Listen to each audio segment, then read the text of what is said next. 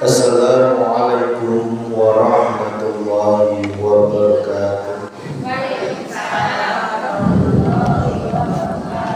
Ila hadratin Nabi Mustafa Rasulullah Muhammad sallallahu alaihi wasallam wa ala alihi wa auladihi wa dhurriyyatihi wa sahbihi wa tabi'ina sholihin wal ulama'i wa wali Allah subhanahu wa ta'ala wa ila rabbiyal marhum Bagi Haji Gana dan Masyuri bin Sastro Kawin wa ila ruhil marhum Bapak Ustaz Muhammad Sudan Bintan Mukarrim wa ila ruhil jami'ah al-kubur minal muslimina wal muslimat wal mu'minina wal mu'minat khususan di Korea Desa Benar Dusun Simbarajaya Allahumma gfir lahum warhamhu wa'afihi wa'afihi al-Fatihah. A'udzu billahi minasyaitonir rajim. Bismillahirrahmanirrahim. Alhamdulillahirabbil alamin arrahmanir rahim maliki yaumiddin. Wa iyyaka nasta'in ihdinas siratal mustaqim. Shiratal ladzina an'amta 'alaihim ghairil maghdubi 'alaihim waladdallin. Bismillahirrahmanirrahim. Alhamdulillahirabbil alamin. Alhamdulillahi ala nikmatil iman. Alhamdulillahi ala nikmatil Islam. Asyhadu an la ilaha illallah wa asyhadu anna Muhammadar Rasulullah. Allahumma shalli ala sayyidina Muhammad wa ala ali sayyidina Muhammad sallallahu alaihi wasallam.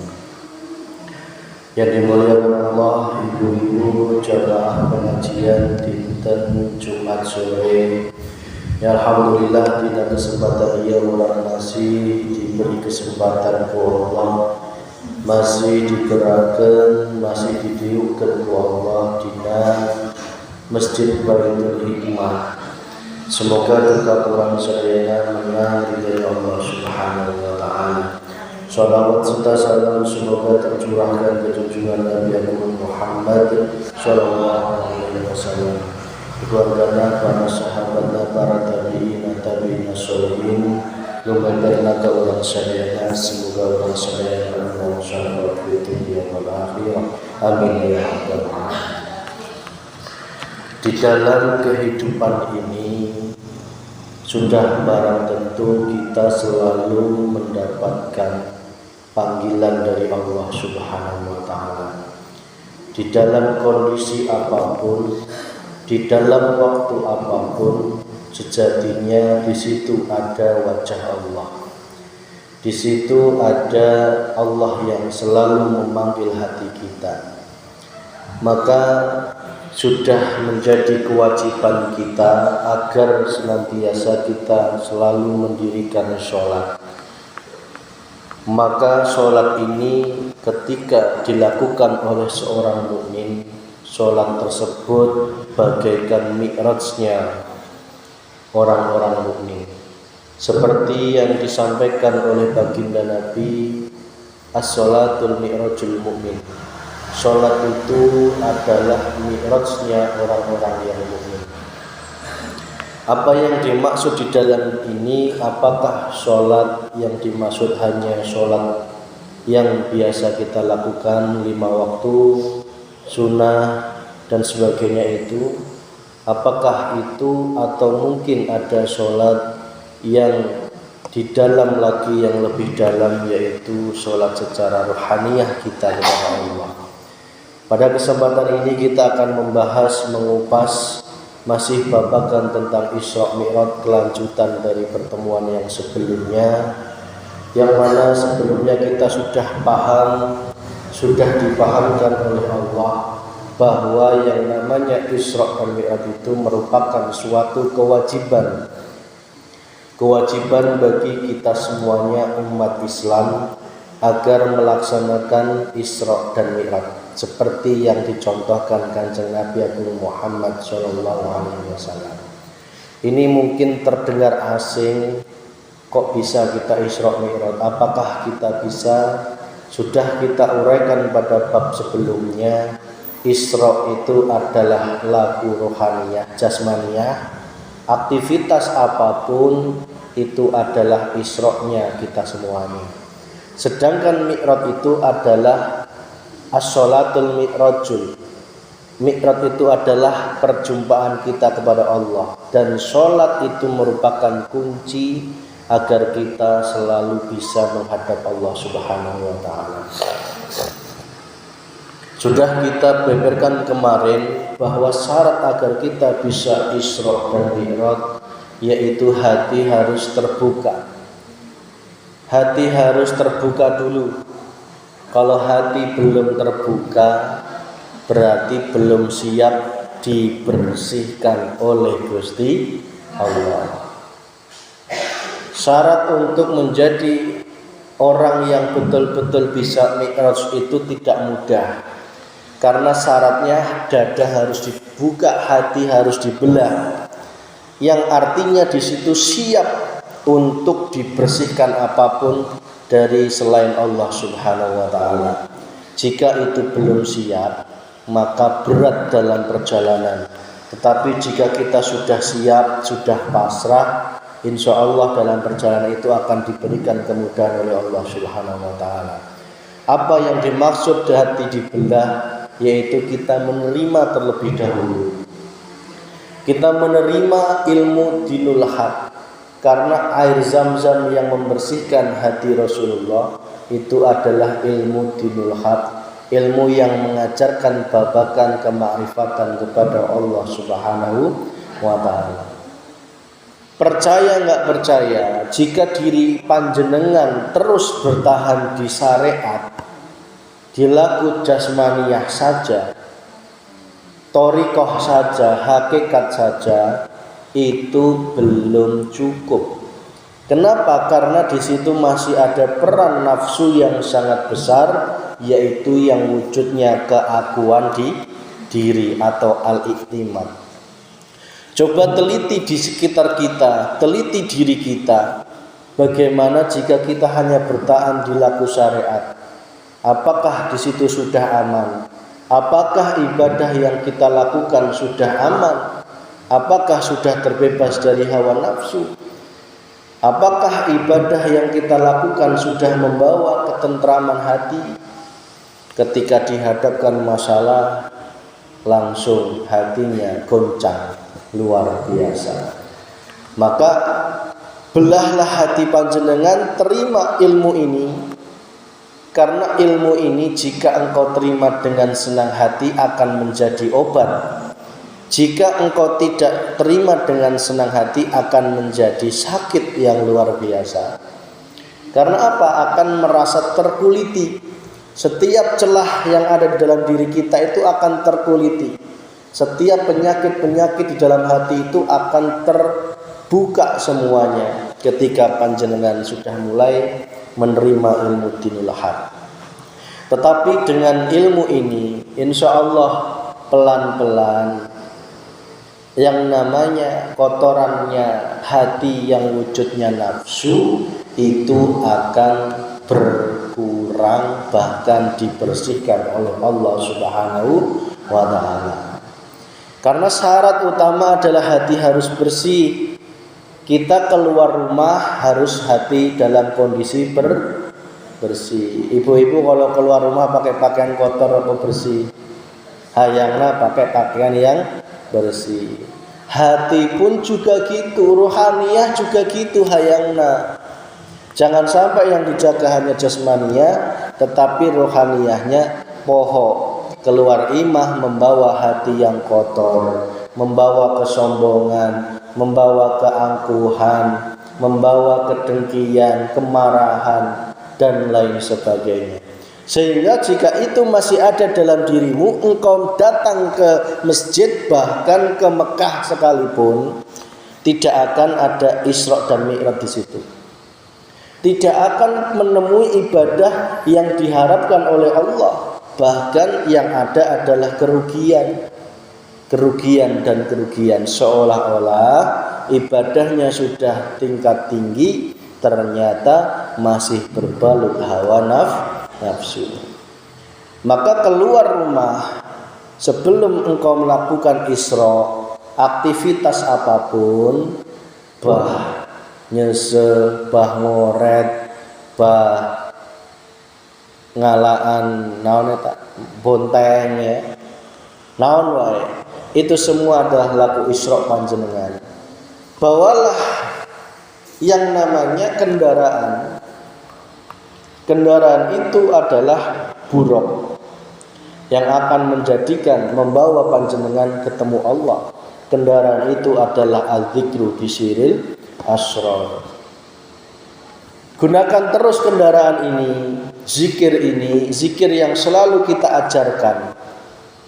Zikir yang sudah tidak lagi menyebut, zikir tidak ada lagi suaranya, tidak ada lagi asma-nya Allah, tidak ada lagi tulisannya, yang ada adalah zikir sadar dan menyadari. Semua ini adalah hidup. Hidup itulah sejatinya wujud Gusti Allah. Jika engkau sudah selalu membawa az-zikru bisyiril asrar itu di dalam aktivitas apapun, maka engkau sudah bersiap menjadi hambanya Allah. Engkau bersiap menjadi kekasihnya Allah, sehingga yang ada dalam hatimu itu merasa diperjalankan. Di dalam hati kita bergelora, kita ini hanya diperjalankan, diberikan kekuatan, digerakkan oleh Allah. Bahkan aktivitas apapun itu, sejatinya itu semua adalah af'al. Itu semua datangnya dari Allah Subhanahu wa ta'ala. Semakin engkau mengamalkan zikir ini, semakin dirimu semakin merasa fana. Oh, sejatinya aku ini tidak ada apa-apanya, tidak berarti apa-apa, tidak punya apa-apa, dan tidak memiliki apa-apa. Yang ada adalah diriku, ini adalah hidupnya Allah Subhanahu wa ta'ala. Sehingga di dalam memandang aktivitas apapun, itu kita selalu mengalami perjumpaan dengan Allah. Itulah hakikat sholat. Karena sholat itu artinya adalah zikir. Zikir adalah mengingat sejatinya adalah sadar. Jadi jika kesadaran ini selalu engkau bawa kemanapun, itulah hakikat sholat daim. Karena apa? Jika tidak engkau bawa, maka ada dua percabangan. Mohon maaf, jika di dalam Isra Mi'raj itu, kalau enggak nyungsep ke bumi lapis 7, di dalam neraka hati kita berupa wujud kepanasan, emosi, dengki, dendam, tersiksa, nelangsa. Kalau ibu-ibu masih muncul nelangsa, sedih, takut, khawatir, itu tandanya kita masih belum bisa Isra dan Mi'raj. Maka kita harus bisa, biar aman, ya tumpah terus buruknya itu, naiki terus buruk itu. Kalau kita menjadi orang benar saja itu belum cukup. Orang benar dengan orang selamat itu beda. Orang benar belum tentu selamat di mata Gusti. Kelakuannya benar, saling menolong, suka membantu, tetapi belum tentu hatinya selamat. Maka menjadi orang benar, ibu-ibu orang benar lain, orang benar itu masih bahaya. Karena apa? Di dalamnya itu masih ada cirangkong. Cirangkong itu gambar, mohon maaf ya, bukan berarti orang jangkong seperti itu. Cirangkong itu perlambang masih ada hawa nafsu. Ya, makanya serem ya, masuk cirangkong itu pada takut ya. Agar tidak serem, engkau harus bisa menerima dawuh. Dawuh itu artinya petunjuk dari Allah Subhanahu wa ta'ala, menjadi orang dawuhan. Orang dawuhan dia. Kalau sudah mau menerima petunjuk, maka engkau harus siap untuk pamugaran, dipugar, diperbaiki habis-habisan oleh Allah Subhanahu wa ta'ala. Yang hatinya tadinya kotor diperbaiki menjadi baik. Itulah pamugaran. Orang pamugaran ini dia. Jadi pamugaran itu suatu perlambang ketika kita siap menerima petunjuk Allah, ya kudu siap menerima ujian Allah Subhanahu wa ta'ala. Banyak orang sekitar kita, diri kita, keluarga kita, yang masih memiliki paham, aku takut sholat, aku takut ngaji, aku takut yasinan, aku takut pengajian, karena dengan aku mendekat Allah, ujian hidupku malah semakin bertubi-tubi. Benar. Jika ada orang yang berpaham seperti itu, aku nggak usah sholat aja, aku nggak usah ngaji aja, hidupku nyaman, bisnisku semakin sukses, usahaku, pertanianku semakin hebat. Tuh lihat orang yang sholat, orang yang mendekat ke Allah, hidupnya semakin diuji oleh Allah Subhanahu wa ta'ala. Padahal ujian dari Allah itu wujud kasih sayangnya Gusti Allah. Orang yang tidak pernah mendapatkan ujian, hidupnya enak, kok dia nggak pernah mendekat kepada Allah, itu namanya istidroj, penglulune Gusti Allah. Dibiarkan terus jauh dari Allah. Ketika nanti sakaratul maut menjemput, disitulah dia akan kaget, dia akan menyesal, dan ketika di alam barzah ingin kembali ke dunia nggak bisa, kata Allah. Maka bagi kita yang ingin pamugaran, ingin dipugar hati kita, ya siap dibersihkan Gusti Allah. Pasrah saja sudah pasrah. Apapun yang akan dihadapkan Allah, pasrah. Harta, jiwa, ilmu, pangkat, itu semua sejatinya fana. Sejatinya adalah fata morgana yang menyilaukan mata kita. Maka ketika kita sudah siap pamugaran, kita akan menjadi orang yang simbar. Simbar itu sudah mulai tumbuh benih-benih iman, sudah mulai tumbuh benih-benih ketenangan hati, sudah mulai tumbuh benih-benih keyakinan kita kepada Allah Subhanahu wa ta'ala. Ketika engkau menjadi orang simbar, ingat, setelah itu engkau wajib sepat nunggal. Di situ kita wajib memiliki sifat yang manunggal terhadap Allah Subhanahu wa ta'ala. Allah Rahman Rahim, ya kita kudu kasih sayang. Allah Maha Penyantun, Maha Pemurah, ya kita harus berbuat baik. Dan kita ingat, setiap aktivitas, sifat apapun itu datangnya dari Allah. Kita memiliki kesadaran yang tunggal. Itulah hakikatnya tauhid. Jadi kalau sudah siap tadi, perjalanan selanjutnya adalah menuju ke tauhid, dan itulah sepat nunggal, sifat yang manunggal kepada Allah Subhanahu wa ta'ala. Itulah hakikat. Tetapi masih bahaya, masih ada persimpangan di situ di Ciawi. Ya, ke kiri lurus ke Sadahayu, ke kanan ke Sadabumi. Sadabumi itu perlambang, bukan orang Sadabumi seperti itu, enggak ya. Sadabumi itu sadayana, bumi itu tentang keduniaan. Jadi hati-hati, kita masih akan terjebak ibadah kita terhadap tentang kepentingan dunia. Meskipun kita sudah belajar ilmu tauhid, belajar menerima pengajaran ilmu-ilmu secara syariat, tetapi di situ masih ada dua persimpangan. Kalau di dalam Isra Mi'raj tadi yang satu masuk ke dalam bumi, yang satu masuk naik ke dalam langit tingkat 7.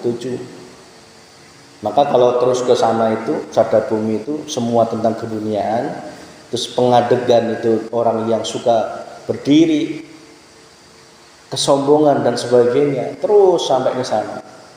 Ya, sampai ke Kuningan ya. Kuningan itu perlambang harta, semua tentang harta. Maka ambillah jalur ke arah Sadahayu. Sadahayu itu sadayana rahayu. Kita ingin kesempurnaan, keselamatan bagi diri kita, jasmaniah kita, ruhaniah kita, anak keturunan kita. Kita harus sempurna ke arah Sadahayu. Tapi Sadahayu pun ya masih belum aman. Kalau belum dilanjutkan, puncak tertingginya adalah tembong. Tembong itu melihat, kelihatan. Kelihatan itu makrifat kepada Gusti. Katembong nyatane Gusti Allah. Puncaknya di situ.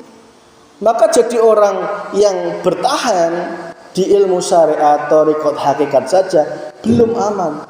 Harus betul-betul naik ke arah tembong, yaitu melihat makrifat, membuktikan iman kita betul-betul ketemu Allah Subhanahu wa taala.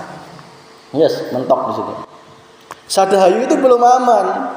Karena di Sadahayu itu juga masih ada kepentingan hawa nafsu di situ, masih ada siluman. Siluman juga lambang hawa nafsu. Lamping masih bahaya, lamping itu gigir, Bu. Ya. Wilayahnya itu sangat dekat dengan jurang. Masih hati-hati, salah langkah sedikit bisa kepleset. Dan di Sadahayu itu juga masih ada Cikeruh. Airnya masih keruh. Bisa jadi orang yang sudah ngaku tauhid, hatinya masih ada kekeruhan hati. Maka perjalanan rohaniah spiritual kita jangan puas hanya berhenti di syariat, thariqat, hakikat saja. Lanjutkan sampai ke makrifat. Betul-betul kita makrifatul baqo. Makrifat yang betul-betul hak, yang betul-betul kita tidak ada keraguan sedikit pun kita tentang Allah Subhanahu wa taala. Lantas apa kendaraan kita agar tidak terjebak ke bumi, agar kita bisa naik ke langit yang sejatinya semua dalam hati kita? Bumi ya dalam hati kita, langit itu sejatinya perlambang kondisi rohaniyah kita. Ya. Coba renungi, apakah ada perbedaan antara dalam hati kita dengan alam semesta ini? Gak ada, karena semua ini terselimuti oleh kekosongan. Semua ini terselimuti oleh hidupnya Allah Subhanahu wa ta'ala. Itu hanya akan berlaku bagi orang-orang yang sudah menemui hidup. Bagi orang-orang yang betul-betul sudah menyatakan dirinya hanya bertauhid kepada Allah Subhanahu wa ta'ala. La farqa bainahuma. Tidak ada perbedaan di antara kita. Maka terus konsistenkanlah hatimu untuk nembus ke dalam langit tingkat 7. Saya tidak bilang ke atas. Saya tidak bilang naik ke langit atas, tidak. Tembuslah ke dalam langit tingkat 7. Di mana hatimu? Apa wujudnya? Yaitu menemui hidup. Sidratul Muntaha, Mustawa Ars, semua ada dalam hati kita. Karena di dalam setiap aktivitas itu kita akan mendapatkan ujian. Ingat, naik ke langit, masuk ke dalam langit pun juga ada ujian. Engkau ketika terus mengamalkan zikir ini, ada dua kemungkinan. Langsung ditemukan ke alam mukasafah, musyahadah, atau dilewatkan ke alam mukasafah. Alam mukasafah itu langit 1 sampai 7 di dalam hati panjenengan. Itu wujudnya hati panjenengan sering mendapatkan kabar-kabar gaib. Panjenengan akan terbuka alam gaibnya. Mohon maaf, ada yang sering mimpi enggak ketemu almarhum almarhumah, ketemu para nabi, ketemu para malaikat, ketemu bahkan bidadari, pernah mimpi dibayang ketemu diperlihatkan surga, diperlihatkan neraka. Jika engkau mengalami dalam hal mimpi maupun nyata, itu wujud tanda panjenengan dimasukkan, dilewatkan ke alam mukasafah. Alam mukasafah itu adalah alam terbukanya alam gaib. Ya. Makanya kalau kita nggak waspada, setiap wirid, setiap zikir kita itu bisa jadi Allah melewatkan ke alam mukasafah ini. Di situ engkau akan ketemu bahkan guru, bahkan orang tua, bahkan Nabi Muhammad, bahkan dipertemukan diri panjenengan sendiri. Dan ingat, semua itu masih wujud makhluk. Bahkan kau dalam keadaan sadar pun bisa jadi diperlihatkan alam jin. Itu bisa. Jika engkau mengalami hal itu, teruslah gunakan zikir sirul asor itu. Zikir yang sadar dan menyadari bahwa semua itu adalah makhluk. Sejatinya makhluk itu engkau tepiskan dan engkau nyatakan yang ada adalah hidupnya Gusti Allah. Ketika engkau sudah melewati alam mukasafah itu, musyahadah itu, endingnya adalah alam mukasafah, yaitu alam di dalam hatimu yang selalu menyatakan hidupnya Allah. Tidak ada warna, tidak ada gelap, tidak ada terang, tidak ada cahaya, tidak ada kesedihan, tidak ada kegembiraan, tidak ada sakit, tidak ada sehat, tidak ada kerasa kaya, ya tidak merasa miskin, tidak lagi merasa memiliki, ya tidak merasa tidak memiliki. Coba, itu gimana maksudnya itu? Meskipun fisikmu sugih kayak ngopo, ora rumangsa sugih. Karena apa? Kosong. Neng hatimu itu sudah musyahadah.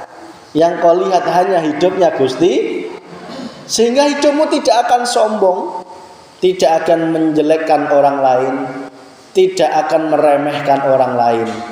Bagaimana meremehkan? Bagaimana sombong? Wong yang disombongi tidak ada.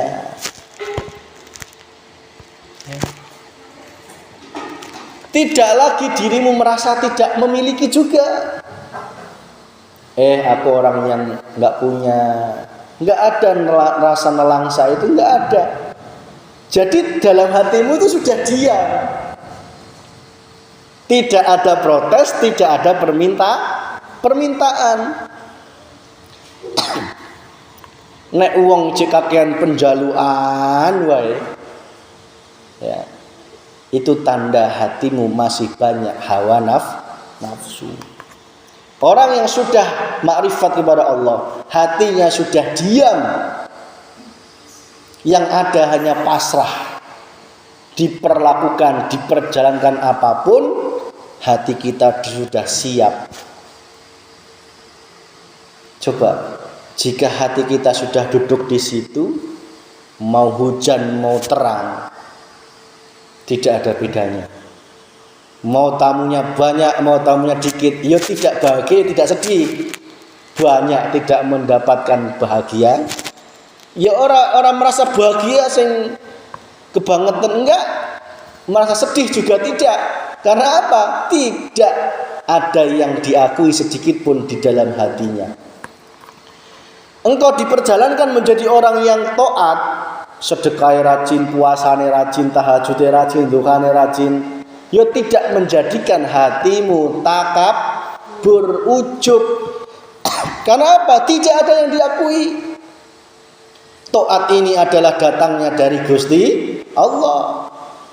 Gerak ya digerakkan, lapar ya dilaparkan, ya. Sujud ya disujudkan oleh Allah. Hatimu tidak ada pengakuan sedikit pun. Sehingga kalau kita sudah ketemu di titik kosong itu, itulah hakikat kemakrifatan. Tidak ada lagi dalam hati kita ini dualisme. Ibu-ibu nyaho dualisme itu. Dualisme itu di dunia ini kan ada dualisme. Ada terang, ada gelap. Kita terang ya biasa saja, gelap ya biasa. Ada punya uang, enggak punya. Punya uang ya ora seneng sing kebangetan, enggak punya uang ya enggak khawatir sing kebanget. Jadi tengah-tengah. Biasa saja. Ini orang yang betul-betul sudah makrifat kayak gini contoh. Kita ditakdirkan oleh Allah taat ya enggak ujub, ditakdirkan maksiat juga tidak putus asa. Tetap mengharap rahmat Gusti Allah.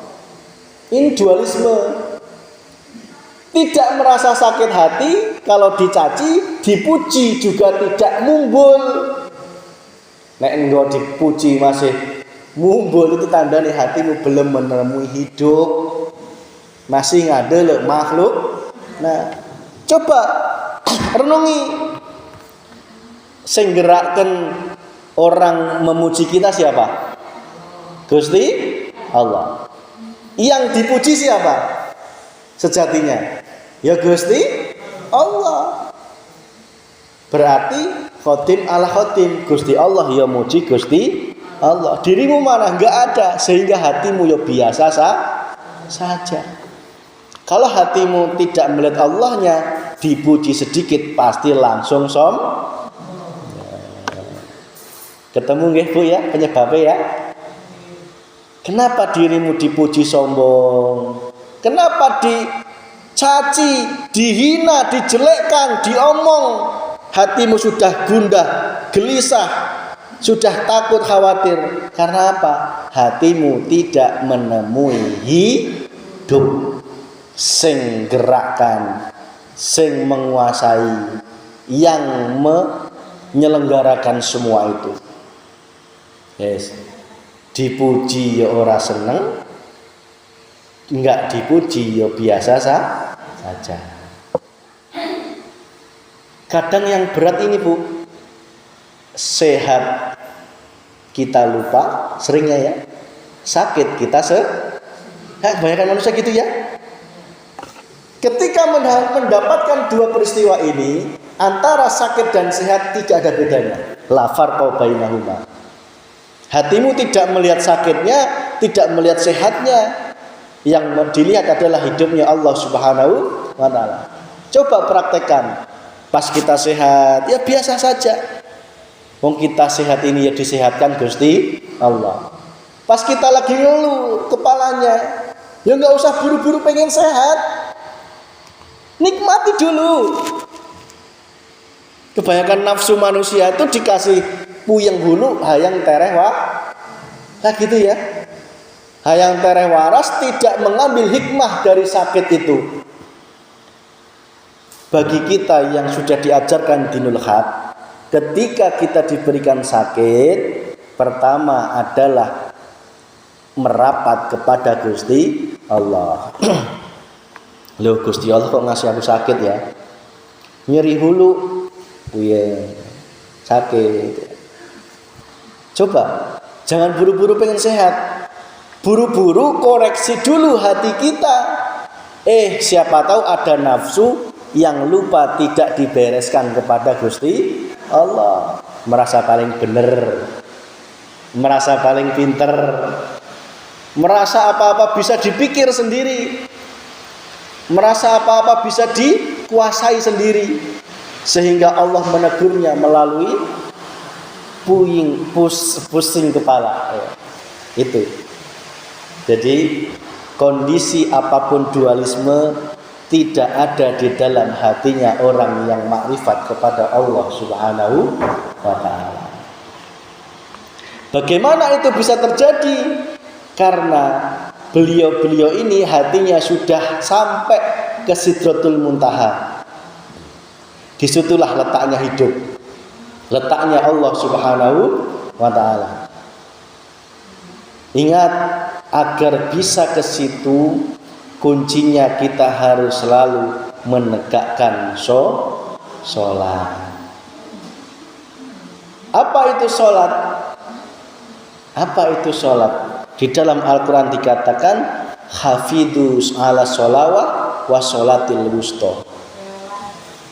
Kerjakanlah sholat, dua sholat, yaitu sholat yang wajib, dan yang kedua adalah sholat di tengah-tengah, sholat wusto. Apa itu sholat wajib? Sholat yang biasa kita kerjakan, ya isya, ya maghrib, ya subuh, ya, dan lain sebagainya. Tetapi ingat, kita juga diwajibkan untuk mengejarkan sholat wusto, yaitu sholat di tengah-tengah. Coba ibu-ibu sholat pas jam berapa? Zuhur, jam 12. Pas sholat zuhur itu ingat Allah enggak? Pas sholat zuhur itu ingat sadar Allah enggak? Ya, anggap aja ingat deh ya. Terus sholat lagi, hatimu sadar Allah lagi, menghadap Allah lagi, jam 3 sore. Berarti jam 12 sampai jam 3 engkau tidak sholat. Engkau sibuk kerja, engkau sibuk masak, ya, dan sebagainya. Kalau engkau tidak melaksanakan sholat ruhaniyah, engkau dihukumi sholat tengah-tengah ini engkau lalai terhadap Gusti Allah. Maka disitulah kita dituntut harus selalu sholat di dalam aktivitas apapun. Yo pas nese keinget Gusti Allah. Pas kekero sadar sing gerakkan Gusti Allah. Pas kekedengan sadar sing nafaskan Gusti Allah. Bu, punten, jangan merasa hidup kita itu masih lama. Mohon maaf, kita itu wallahu alam ya Bu ya, enggak tua, enggak muda, enggak sehat, enggak sakit. Ya, semua itu tergantung Gusti Allah. Yang terpenting pada saat dijemput oleh Allah, kondisi rohaniyahmu dalam keadaan mi'raj, sadar kepada Gusti Allah. Ya. Sudah enggak lagi menyimpan dendam, tidak lagi menyimpan benci, amarah. Hatimu sudah terbebas dari semua siksaan hati di dalam diri kita. Maka PR kita terbesar sebelum kita dijemput oleh Allah, pastikan kondisi rohaniah kita sudah terbebas dari segala penyakit hati. Itu Bu. Alhamdulillah sudah mulai hujan. Ini kedengeran nggak suara saya Bu? Kedengeran nggak? Kedengeran nggak? Iya. Kita lanjutkan. Di dalam kita melaksanakan itu, di dalam sholat kita wajib dituntut untuk khusyuk kepada Allah. Apa itu khusyuk? Yaitu rohaniah kita betul-betul hanya menghadap Gusti Allah. Contoh gini, ibu-ibu lagi sholat, tiba-tiba di dapur ada suara glodak, meow gitu. Kira-kira tetap ingat Allahnya apa keinget kucingnya? Kucing. Setelah ingat kucing, diingatkan ke Allah lagi atau enggak? Apa langsung girapen, dicek ke dapurnya? Jangan-jangan ikanku sudah hilang, ya. Disitulah contoh kecil kita diuji oleh Allah Subhanahu wa ta'ala. Ya. Bu, tak kasih tips. Ketika dalam sholat pikiran kita keinget makhluk, contoh keinget kucing yang meong, keinget jemuran yang belum diambil. Ada jemuran yang belum diambil di rumah? Ada nggak ini?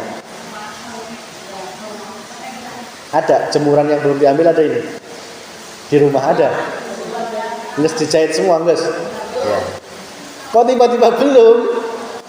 Itu hati kita gimana itu?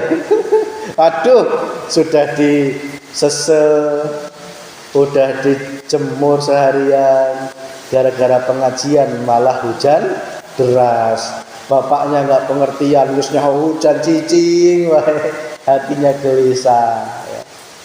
Yes. Di dalam hal seperti itu, kita langsung saja temui hidup. Rasakan, sing gerakan hujan iki ya Allah. Ya. Hujan ini sing nguasai ya Allah. Kain basah sing basahkeun ya Gusti, bukan hujan. Lah terus kenapa engkau risau? Tinggal habis nanti diambil, dicuci lagi, gak usah pakai deterjen, langsung dijemur kembali. Itu. Dah, coba praktekkan, jangan ada risau. Kok nanti sampai pulang, sampai selesai pengajian ini hujannya belum reda, ya, sing bawa payung yo tenang ya. Sing gak bawa payung, usahakan hatimu tetap tenang. Kok Allah menggerakkan harus diem dulu menunggu sampai reda, yo hatimu kudu tetap tenang. Kok Allah menggerakkan hayang tui, yo nikmati saja. Setiap derasnya hujan itu ada Allah di situ, sehingga hujan itu tidak akan membawa mudarat. Ya, rata-rata kita takut kehujanan, pasti takutnya tas etak langsung kering. Karena kita udah takut duluan, akhirnya jadi kering beneran. Ingat Bu, di dalam imannya orang yang makrifat itu salah satunya adalah semua ini tidak ada yang memberikan mudarat dan tidak ada yang bisa memberikan manfaat kecuali Allah.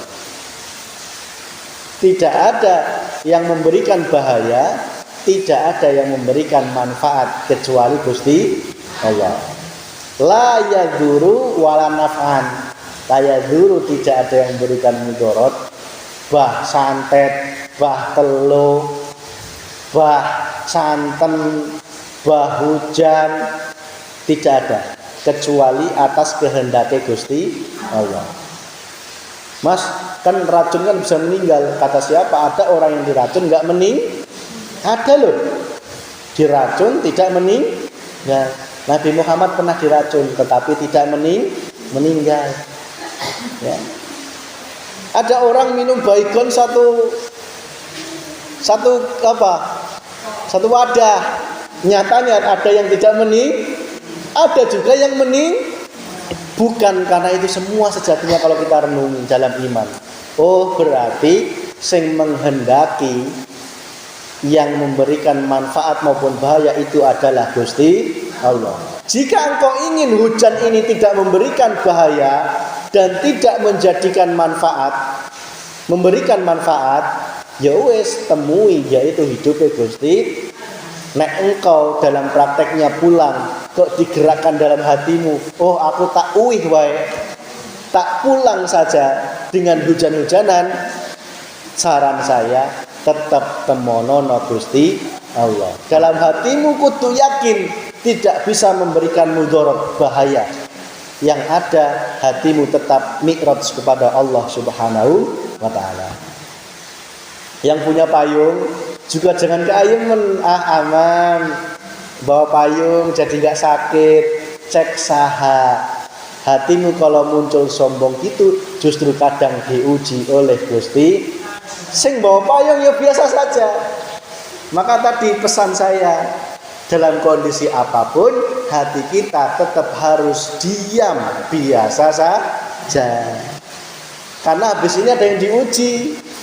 Ada yang kehujanan, ada yang bawa payung. Nek bawa payung kan nikmat ya. Nikmat nggih.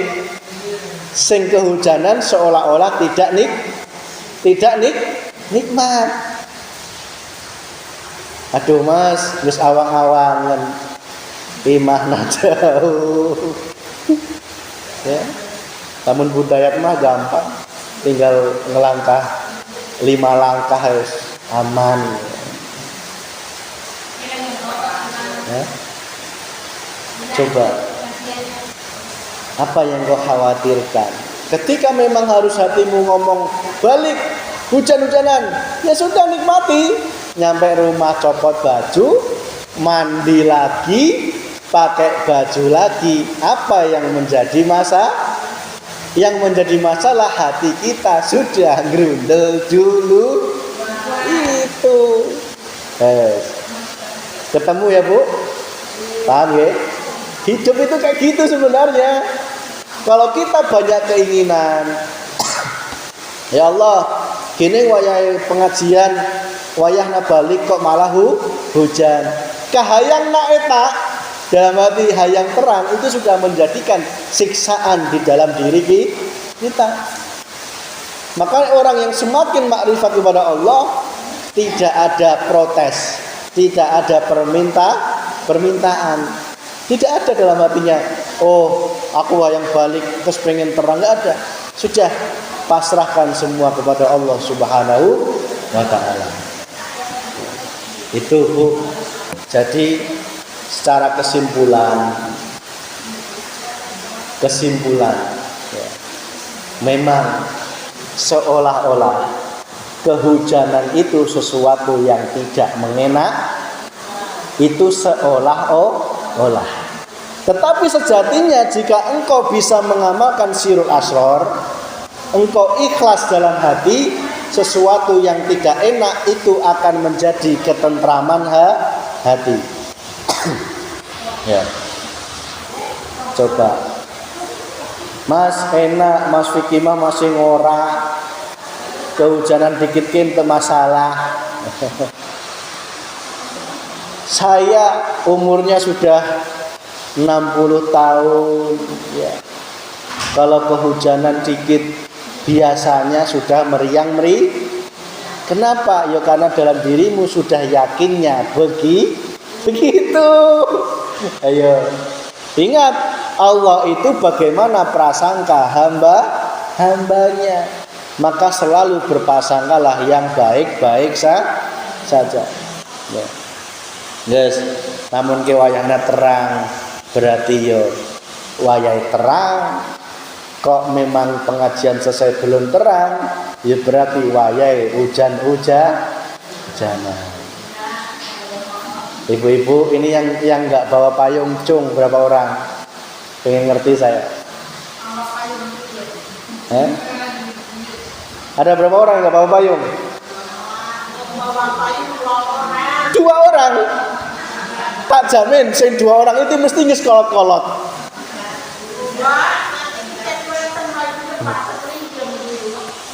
Membawa payung saha?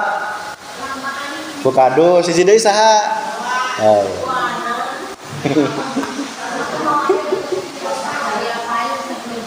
Sedia payung sebelum hujan. Tapi ingat, yang bawa payung juga jangan sombong. Biasa saja. Ulah yang serikan baturna untuk bawa payung. Engke malah mantap apa kalau mun Sunda teh kualat ya. Ya, jadi biasa syukur-syukur. Ayo hiji ewang. Hiji ewang teh maksudnya bebarengan. Guys, itu Bu. Ya, jadi karena ini suasana agak hujan, jadi kita ngajinya santai. Enggak seperti biasa ya. Karena memang suasana hujan. Dah, bisa dimengerti ya Bu ya? Bisa ditangkap ya?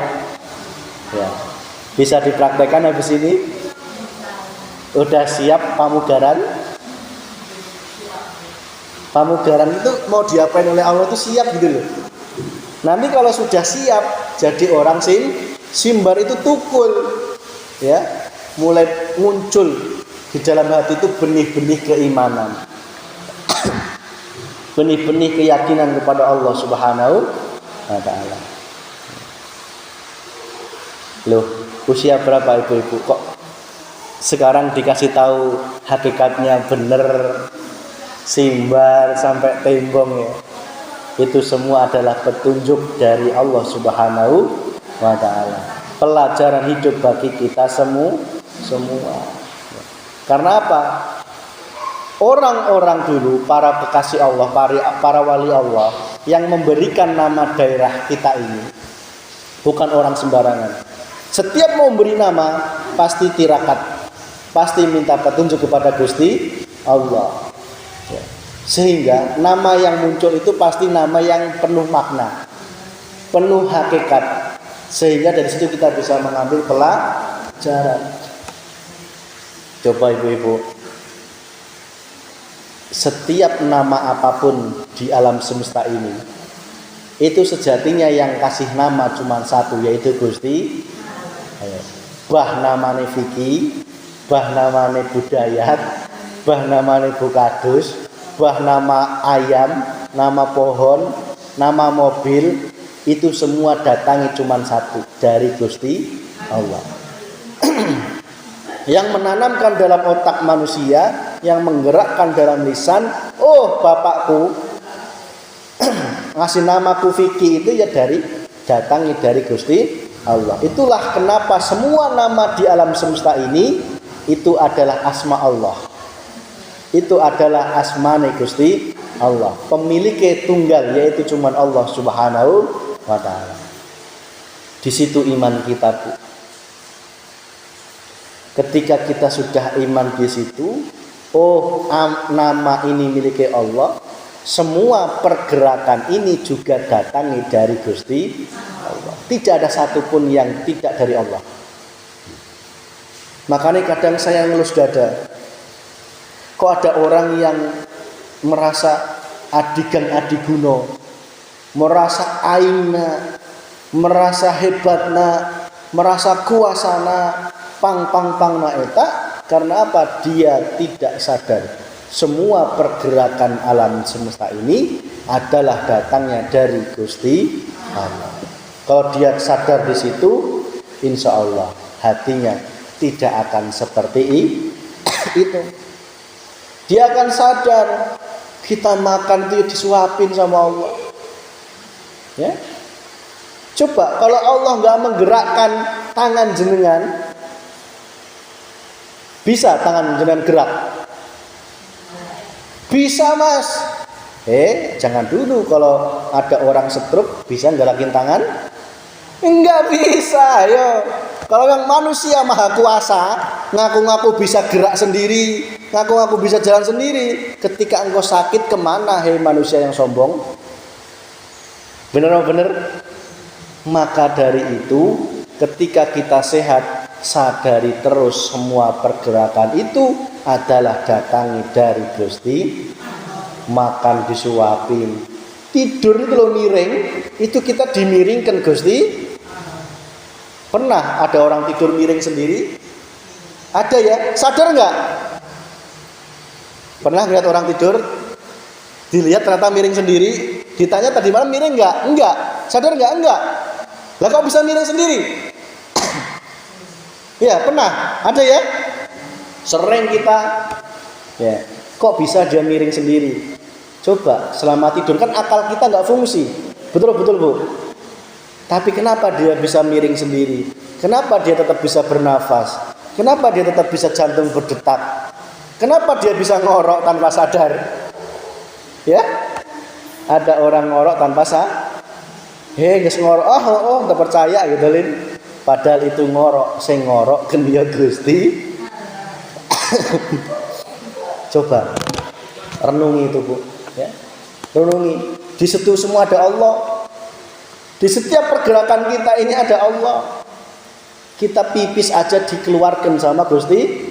Cai yang dari ginjal yang sudah menjadi kotoran, racun dibuang melalui saluran kencing. Kalau enggak digerakkan ke Allah menjadi Ayo, di mana hai manusia yang sombong? Masih ada yang berani sombong? Aku nggak berani. Karena apa? Allah Maha Kuasa. Ya, betul Bu? Betul nggih? Coba orang yang merasa sombong, merasa bisa jalan sendiri, merasa bisa ngomong sendiri, merasa punya ilmu, ketika ditantang oleh Allah, hentikan jantungmu sekarang. Ada yang berani? Ada yang bisa? Nggak ada. Itu tanda kita sepenuhnya dikuasai Gusti Allah. Yes. Nikmati yang ada itu, kita hanya boleh menikmati, mensyukuri. Maka hakikat bersyukur itu di situ. Hakikat syukur itu sadar semua datangnya saka Gusti Allah. Syukur itu di situ. Sabar ya di situ. Syukur dan sabar itu bergandengan. Itu adalah datangnya dari Allah Subhanahu wa taala. Yes, itu ya Bu ya. Itu mungkin apa yang dapat kami sampaikan pada kesempatan bulan Rajab ini. Kami mengajak kepada ibu-ibu kita semuanya ya, untuk selalu terus merapat kepada Allah Subhanahu wa taala. Kunci hidup di dunia ini cuma satu. Itu tadi, kita betul-betul pasrah, ikhlas lillahi ta'ala melalui zikir sirul asrar tadi. Kuncinya itu tok sebenarnya. Kunci hidup itu tok. Dan itu kunci itu tidak semua diberikan oleh ulama, tidak diberikan oleh para masyayikh. Kenapa? Karena dikhawatirkan disalahgunakan. Tetapi insya Allah jika sudah mengalami proses ilmu, sudah hampir berapa tahun ibu ya? Tahun 2020 ya kayaknya ya. 20, 21, 22, 23, 24. Hampir 4 tahun ini insya Allah sudah matang. Dan insya Allah jika Allah menghendaki akan dilangsungkan baiat oleh Allah Subhanahu wa taala. Tidak ada paksaan. Jadi baiat itu Allah menyambungkan rohaniyah kita langsung kepada Allah. Tidak ada pemutus, tidak ada perantara sedikit pun. Hati kita dibukakan biar seperti nyatanya katembong Gusti Allah. Itu. Waktunya kapan? Saya sendiri nggak tahu. Wah, di Rejab ini atau mungkin di puasa nanti, karena biasanya kan kita puasa tetap pengajian ya biasanya ya, atau mungkin di malam 27 Rajab ini atau malam 27 Ramadan, wallahu a'lam. Kalau enggak 27 Rajab ini berarti malam 27 Ramadan. Nanti tunggu aja kabar dari Allah Subhanahu wa taala. Gimana prakteknya, gimana caranya, apa hal yang harus dijaga ketika sudah baiat, itu semua akan disampaikan pada saatnya nanti jika dikehendaki oleh Allah Subhanahu wa taala. Karena ilmu saja tidak cukup, butuh disambungkan tali oleh Gusti Allah. Demikian. Rabbana atina fid dunya hasanah wa fil akhirati hasanah wa qina adzabannar. Alhamdulillahirabbil alamin.